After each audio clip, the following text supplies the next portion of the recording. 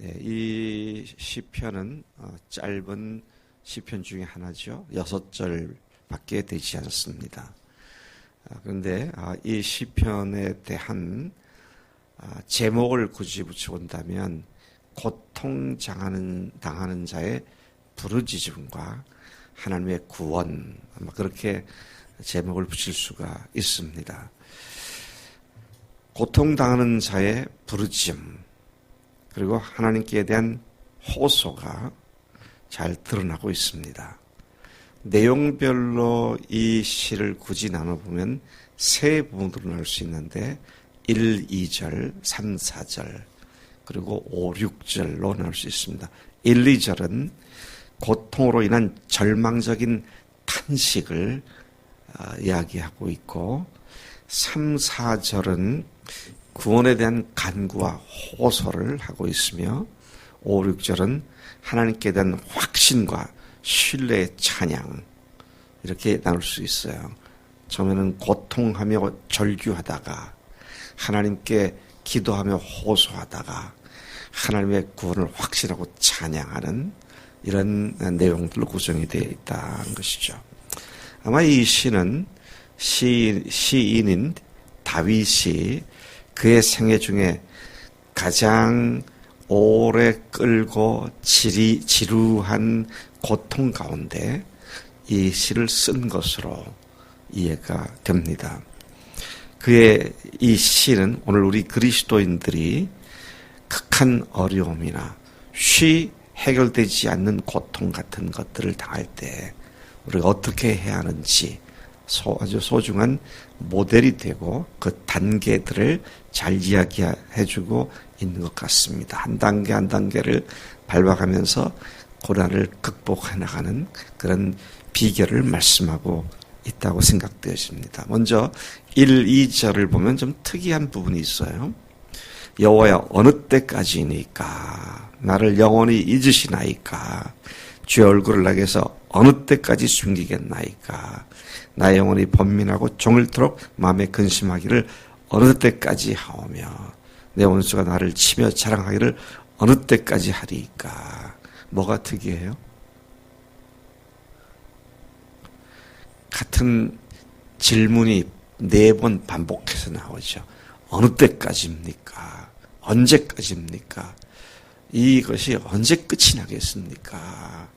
이런 그야말로 지루하게 이어지고 있는 고통에 대한 그 어려움을 토로하고 있죠. 그런데 이 토로는 거의 절규에 가까운 토로이기도 합니다. 어려움을 당할 때 우리가 일반적으로 자연스럽게 나타나게 되는 첫 번째 반응, 첫 번째 단계는 절망의 단계입니다. 끝이 났구나. 끝이겠구나. 언제까지 이럴 것인가. 여러분들도 여러분의 생애 가운데 닥쳐오는 여러 가지 문제들이 쉬 사라지지 않을 때에 도대체 언제까지 이게 계속될 건가? 하나님, 언제까지 하나님께서 보고만 계시겠습니까? 그런 기도를 하게 될 터인데, 일종의 절망과 탄식을 쏟아놓고 있는 그런 단계다. 그런 걸 할 수 있어요. 다윗이 느끼고 있는 고통의 원인은 오늘 이 본문 말씀에 원수 때문이라고 말을 합니다. 내 원수가 나를 치고 자랑하기를 어느 때까지 하리이까. 자신을 죽이려 드는 악한 자들을 원수로 말하거나 또는 자신이 지은 죄로 말미암아 당하는 고통을 말하거나 또는 죽음에 이를 것 같은 중한 병에 걸려 잘 낫지 않는 그런 상황일 수도 있을 것입니다. 근데 동일한 것은 뭐예요? 생명이 위협을 받는 심각한 고통을 당하고 있었던 그런 상황에 이 탄식이 터져 나왔다는 것입니다. 그런 것들이 원인이었다 할지라도 그를 정말로 절규하게 만들고 부르짖게 만든 것은 그 고통이 아니고요. 그 고통으로 말미암아 가운데 있는 나를 하나님께서 버리신 건 아닌가? 하나님께서 나를 잊으신 건 아닌가? 여러분, 고통보다 더 심각한 것이 바로 그 문제였습니다. 우리가 어려움을 당하거나 내가 죄를 지어서 어려움을 당하거나 무고히 다른 사람의 어려움을 당하거나 그 고통은 언제든지 우리와 하나님과의 관계를 돌아보게 만듭니다. 그래서 여러분, 고통에 주목하기보다는 항상 하나님을 주목하는 게 중요해요. 나와 주님과의 사랑의 관계가 어떻게 지금 어려움을 당하고 있고 어떻게 하나님께 내가 지금 취급을 당하고 있나, 이런 생각들이 다윗으로 하여금 참으로 고통의 극치를 이루게 만든 그런 모습을 여기서 보게 됩니다. 좀 전에 말씀드린 것처럼 1절, 2절에서는 어느 때까지니까 라는 문구가 4번씩이나 반복해서 터져 나왔습니다. 참으로 고통스러움의 지속됨이 극치를 이루고 있음을 보여줍니다. 하나님이 나를 잊으신 것 같은 고독감, 그리고 나를 치고 회심의 미소를 음흉하게 입가에 흘리고 있을 사탄에 대한 증오심은 다윗으로 하여금 그 끝이 날 것 같이 하는 참담함, 암담함 속에서 부르짖게 만들고 있다, 그런 얘기죠. 여러분, 아무리 고통스러워도요, 주님이 지금 나와 함께 하시는구나, 이게 분명하면 아무것도 아닙니다. 근데 하나님이 나를 정말 돌보시나, 하나님이 정말 나를 지금 버리지는 않으셨나, 이 상황이 계속된다면 그게 지옥이죠. 어느 때까지입니까, 하나님? 이런 고통이 터져나올 수밖에 없다는 것입니다. 여러분들은 무엇 때문에 고통스러워하고 절망의 늪에서 허우적거리고 계시나요? 네. 무엇 때문에? 저는 참 오랫동안 어느 때까지입니까? 그런 기도를 많이 했어요. 지금도 하고 있어요. 하나님이 과연 이 나라를 버리셨습니까? 하나님 과연 우리 교회를 생각이나 하십니까? 때로는 그런 기도를 해요. 하나님, 우리 교회가 세워진 소명을 이루기 위하여 여기까지 그냥 한 목적만 바라보고 달려왔는데 왜 이것이 아직도 쉽게 잘 이루어지지 않습니까? 그런 기도를 하는 게 참 고통스러워요. 네. 그래서 어떤 상황이든지 하나님께 내가 버림받았다, 그러면 끝장이잖아요. 근데 그런 고통이 그런 생각을 하게 만듭니다. 뒤집으면요, 고통의 순간이 뭐예요? 하나님과 나의 관계를 아주 면밀하게 다시 되돌아볼 수 있는 복된 기회가 되기도 한다, 그런 말이죠. 그래서 우리에게 모든 것이 합력하여 선을 이룬다는 말씀 중에 이런 내용이 포함되고 있는 것이다 하는 것입니다. 여러분, 이 나를 버리셨습니까? 이런 기도를 누가 또 했나요? 우리 예수님께서 하셨어요. 엘리 엘리 라마 사박다니, 나의 하나님 어찌하여 나를 버리셨나이까. 야, 예수님이 그 고통의 순간에 아버지께서 자신을 버리신 것 같은 그런 생각을 하게 되면서 어찌하여 나를 버리셨나이까. 여러분 잘 알다시피 예수님의 십자가의 고통은 참 잔혹하기 짝이 없죠. 네. 근데요, 못자국 때문이 아니고 창자국 때문이 아니고요, 타는 목마름 때문도 아니고 사람들의 조소와 비아냥거림 때문도 아니고, 네, 그의 머리를 찌르는 가시면류관 때문도 아니고, 그러한 자기를 돌아보지 않는 것 같은 아버지 하나님의 버릇게 받고 있다는 이 사실이 그로 하여금 그 고통 가운데서 큰 소리로 엘리 엘리 라마 사박다니 그렇게 외치게 만들었던 걸 봅니다. 여러분, 우리 생애 가운데 가장 소중한 것이 뭡니까? 주님이 나를 이토록 사랑하시는구나. 이것을 항상 느끼며 누리며 사는 것만큼 소중한 것은 없습니다. 네. 물질적으로나 또는 뭐 세상적으로 아무리 잘 됐어도 하나님이 함께하지 않는 그것은, 하나님의 영광이 떠난 그 사람, 그 사회는 멸망할 수밖에 없는 것이기 때문이다.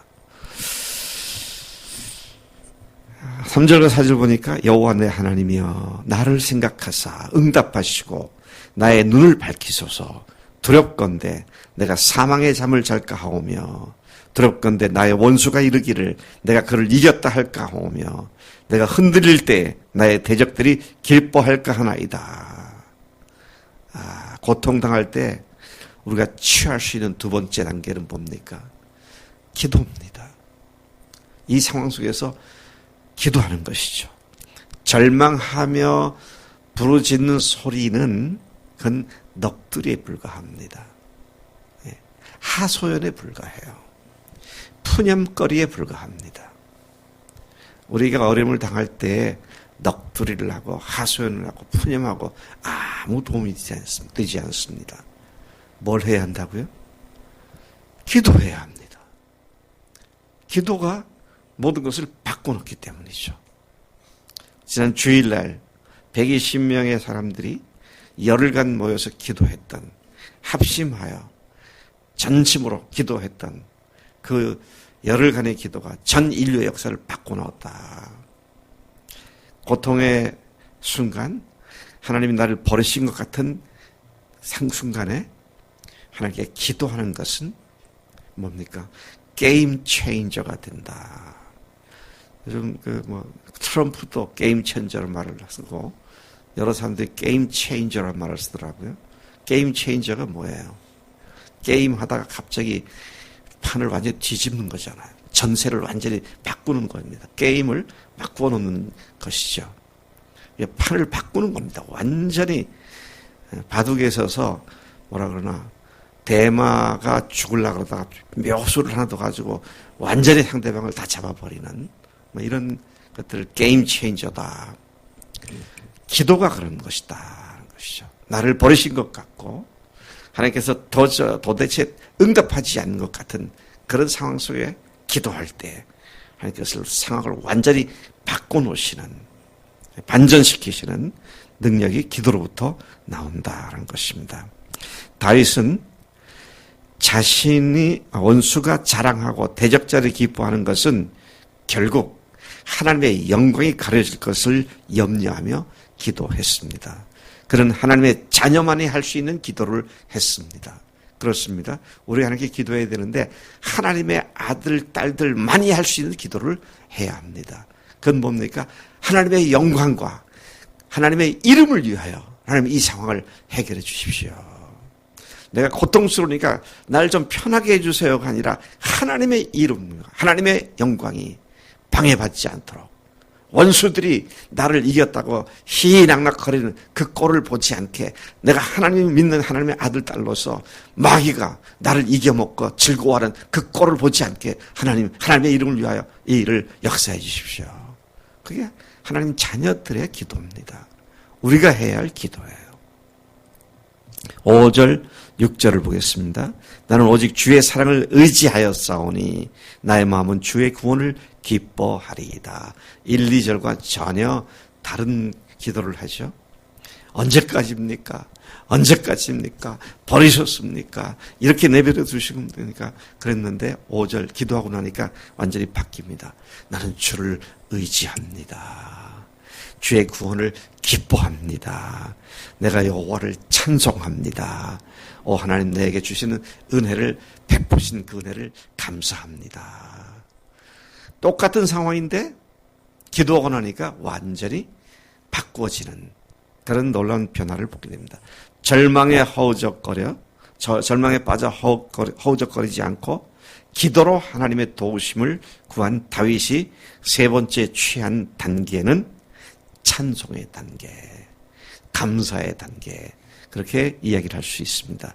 그는 주님의 변함없는 사랑을 의지하고 반드시 구원하시는 하나님의 구원을 확신하고 기뻐했습니다. 어떻게 이렇게 기뻐하게 됐다고요? 기도함으로 말미암아. 기도함으로 말미암아 그렇게 됐다. 그러한 믿음에 근거한 기쁨은 그로 하여금 하나님을 찬송하는 단계로 나가게 했습니다. 믿음의 기도는 하나님이 기도를 들으시는 분이시며 은혜를 베푸시는 분이심을 확신하고 드리는 기도입니다. 그러한 믿음의 기도는 그분을 찬송하게 만들죠. 여러분 열심히 기도하시잖아요. 새벽 기도 때 같이 기도하면 힘이 납니다. 우리 교회 형제 자매들이 이렇게 확신을 갖고 기도하는구나. 간절히 기도하는구나. 너무 감사하고 참 기쁘고 즐겁습니다. 그런데 기도할 때는 그렇게 열심히 기도해 놓고 이제 기도 끝나고 집에 가면서는 기도한 내용이 안 될까 봐 또 걱정하고 이거 내가 하나님이면 그냥 한 대 후려칠 것 같아. 야, 너 아까 그렇게 기도해놓고 지금 뭔 생각하냐? 그렇죠. 내가 아는 옛날에 내비게이터 부산 대표였던 분이 신학대학원생일 때, 제가 대학생일 때 그런 얘기를 하시더라고요. 근데 이제 그분이 결혼을 앞두고 있는데 결혼 날 한 달 전까지 신혼 신부가 살 방을 마련 못했다고. 그래서 새벽에 기도하고 이제 집으로 걸어가면서 흥얼흥얼 찬송을 했대요. 주 안에 있는 나에겐 딴 근심이 있으랴. 입으로는 그렇게 얘기하는데 마음속에는 한 달밖에 안 남았는데 어떡하지? 방을 얻을 수 있겠나? 그래서 친구들이 야, 그분이 변희관 목사인데 희관아, 너 신부 데리고 방 없어서 장롱 속에서 살래? 그렇게 놀렸다고 하는데 말이죠. 가면서 주 안에 있는 나에게 딴 근심이 있으랴. 그러면서 마음속에는 어디서 돈을 구하지? 그러고 염려를 했다고 그런 간증한 거 들은 적이 있어요. 기도할 때는 이 산을 저 산에서 옮길 만큼 큰 소리로 확신 갖고 기도하는데 집에 돌아가서는 마당에 있는 자갈돌 하나 못 움직여. 믿음의 기도가 뭐예요? 기도하는 가운데 주님이 나와 함께 하시는 걸 확신하는 과정이거든. 그 확신을 갖게 되면 그래 이것쯤이야 아무것도 아니지. 그런 문제가 태산 같은 문제가 하찮아 보이고 나를 집어삼킬 것 같은 문제가 정말로 내가 마음대로 요리할 수 있는 아무것도 아닌 것으로 보이는 그런 믿음으로 우리를 나가게 할 줄로 믿습니다. 우리가 세 단계를 거친다 그랬죠. 절망의 단계, 그 다음에 무슨 단계? 기도의 단계, 그리고 마지막에는 찬양의 단계. 게임 체인저가 뭐라고요? 기도입니다. 오늘 이 시간 우리가 주님 앞에 나가 나라를 위해서, 교회를 위하여, 나 자신을 위하여, 가족을 위하여, 친구들을 위하여 하나님께서 변화시켜 주십시오. 이제 더 이상 오래 참지 마시고 하나님의 이름과 영광을 위하여 응답해 주실 줄 믿습니다. 주 앞에 나가 기도하시기를 바랍니다. 하나님 아버지 감사합니다. 이 아침에 다윗의 극한 고통 속에 마치 하나님이 자기를 버리신 것 같은 느낌을 느낄 수밖에 없는 그 고독한 상황 속에 그가 푸념이나 넋두리를 하지 않고 기도함으로 말미암아 완전히 상황은 동일하지만 하나님의 구원을 확신하고 하나님을 찬양하는 그런 단계로 나아간 이 단계들이 오늘 우리에게도 그대로 적용되는 승리하는 그리스도의 삶을 살 수 있도록 비결을 알려주셨으니 감사합니다. 하나님 기도하겠습니다. 믿음으로 기도하겠습니다. 탄식이 편하여 찬송이 되게 하겠습니다.